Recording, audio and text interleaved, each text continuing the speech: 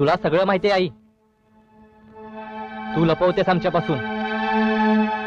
खोट्या बाबांचं चित्र आमच्या समोर उभा करत आलेस तू आजपर्यंत. सुटाबुटात वावरणाऱ्या बाबांचं चित्र तू रुजवलेस आमच्या मनात. कुठे होते ते? त्यांना माहितीये त्यांच्या माघारी कसं वाढवलेस तू आम्हाला ते? आता आलेत ना ते, आपल्याला शांतपणे बोलता येईल. सुधीर काय एवढा राग करतोयस? आई, अगं दादा म्हणतोय त्यात रागाचा प्रश्नच कुठे येतोय ग? इतकी वर्ष बाप या नात्याचा आणि आमचा काहीही संबंध आलेला नाही. आणि आज अशा अचानक उगवलेल्या माणसाला आम्ही बाप म्हणून का स्वीकारायचं? स्वीकारावं लागेल, कारण ते माझे पती आहेत आणि तुम्हा दोघांचे जन्मदाते आहेत. एक गोष्ट लक्षात ठेवा, आपल्या नावामागे आपण त्यांचंच नाव लावतो ना, मग त्या व्यक्तीचा त्या नावाचा आदर तसाच व्हायला हवा.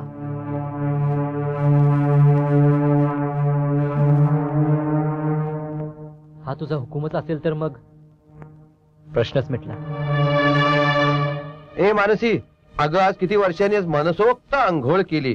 काय कंपन्या, काय साबण काढले एक एक. मला वाटलं मी अत्तराने आंघोळ केली आहे म्हणून. सुनील बघ वडील कसे दिसतायत, एकदम हँडसम दिसतायत की नाही? First class.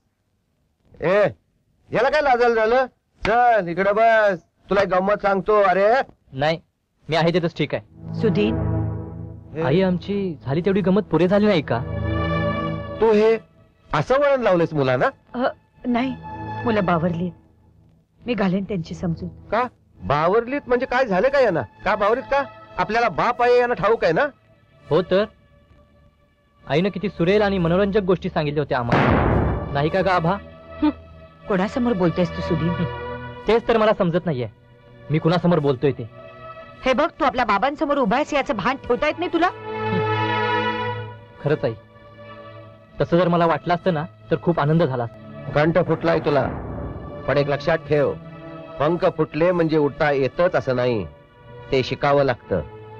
आणि ते आई वडिलांनी शिकवावं लागतं. सुधीर, जाऊ दे. मी काय म्हणतोय, मी समजावून सांगतो ना त्याला. समजावून कुणीही समजावून सांगावं इतका मी लहान नाही आता. कुणीही बाप म्हणून यावं आणि शिकवणी सुरू करा. सुधीर, तोंडावर तुझं खूप ऐकलं मी. तू त्यांना बाप मानत नसलास तरी मी नवरा मानते रे, आणि माझ्या नवऱ्याचा अपमान मी तुझ्या तोंडून सुद्धा ऐकणार नाही, समजलं? असं आहे ना? मग विचार ना त्यांना, इतकी दिवस इतकी वर्ष कुठे होते ते? कुठे परागंदा झाले होते? आजच का त्यांना आपल्या माणसाची आठवण झाली? हे बघ सुधीर, हा विषय आपण इथेच थांबवूया का? हा विषय आपण इथंच का थांबवायचा? जे आपण उद्या सांगणार आहोत ते आज सांगू. नको प्लीज. इतके वर्ष तुमचा बाप कुठं होता याचं कुतूहल होतं ना तुम्हाला? ऐका,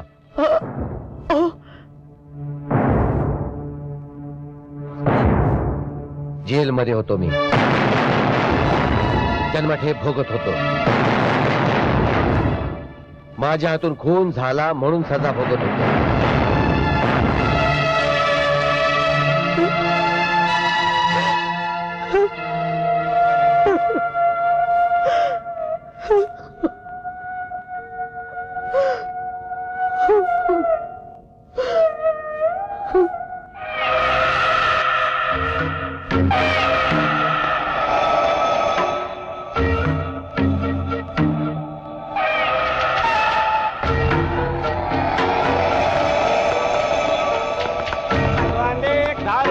बटाटे कांदे.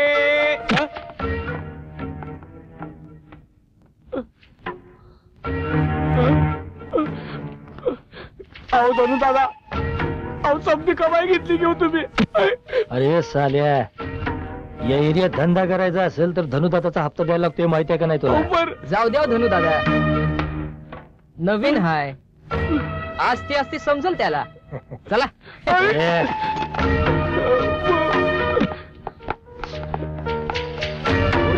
कसं कळत नाही, कसली सिगरेट 4 महिना.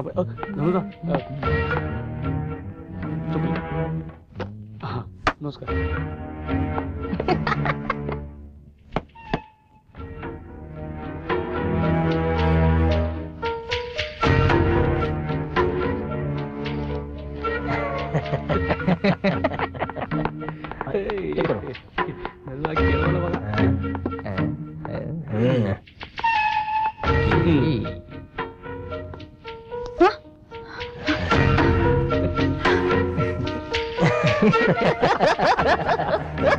चल पैसे दे चल.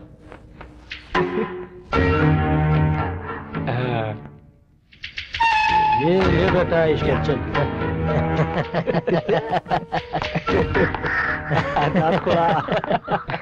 साला असे टरकले पाहिजे समजे. धन्याबाई तुमची या एरियात लय वट आहे राव. अरे संतू तू नवीन आहेस यात गँग मध्ये. धन्याबाईचा लय वट आहे या एरियात. समधी विचार त्याला. म्हणून म्हटलं साल्यानो जास्ती राडा नाही करायचा.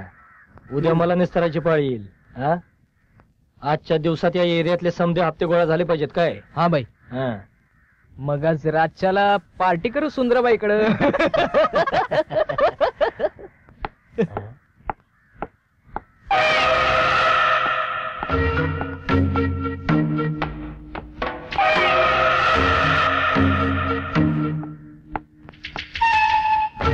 चिकने थांब ना थांब. नाव काय ग तुझं. अगं नाव विचारतोय रोज तू काही बोलत नाही. बोल ना नाव काय तुझं. मुके. मुके आहे का. नाही मुके असले तरी चालेल पण एक मोका द्या ना. बाय बाय बाय एवढी रागानं बघते माझ्याकडे. नको बाय घाबर तुम्ही. हे बघे ये बाय तू जा. मी गप जाऊन तिकडे बसतो. रागवू नको जा बाय.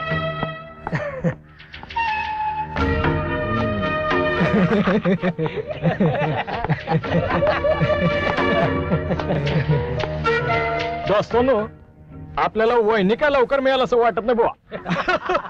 अरे साल्यानो अरे जरा धीर धरा. पाखरू नवीन आहे. एकदा दाणं टिपायला लागलं की गपकन पकडायचं काय.